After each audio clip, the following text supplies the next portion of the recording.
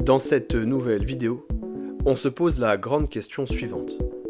Quelles sont les principales caractéristiques du régime totalitaire nazi ?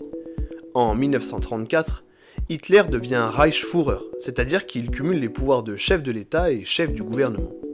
Pour Hitler, les Allemands appartiennent à la race supérieure des Aryens. Ils doivent donc écarter les Juifs qui menacent la pureté du peuple allemand. Dès 1933, Hitler met en place une politique antisémite, c'est-à-dire hostile et haineuse à l'égard des Juifs.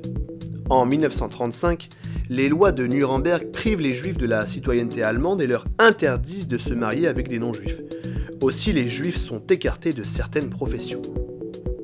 L'État cherche à embrigader et encadrer la société.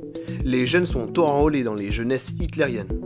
Cette dictature personnelle se manifeste par une propagande incessante qui impose un culte de la personnalité d'Hitler. Les médias, les journaux, la radio vantent la supériorité du régime hitlérien.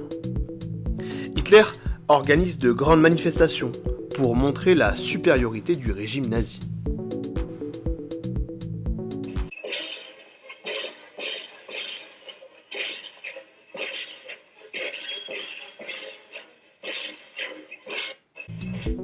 Le régime nazi utilise la violence. La Gestapo, c'est-à-dire la police politique, et les SS font régner la terreur. Aussi, ils torturent, assassinent et déportent les opposants dans des camps de concentration. Le régime nazi est également nationaliste et impérialiste. Le but d'Hitler est de former une grande Allemagne en Europe centrale. C'est ce qu'on appelle l'espace vital.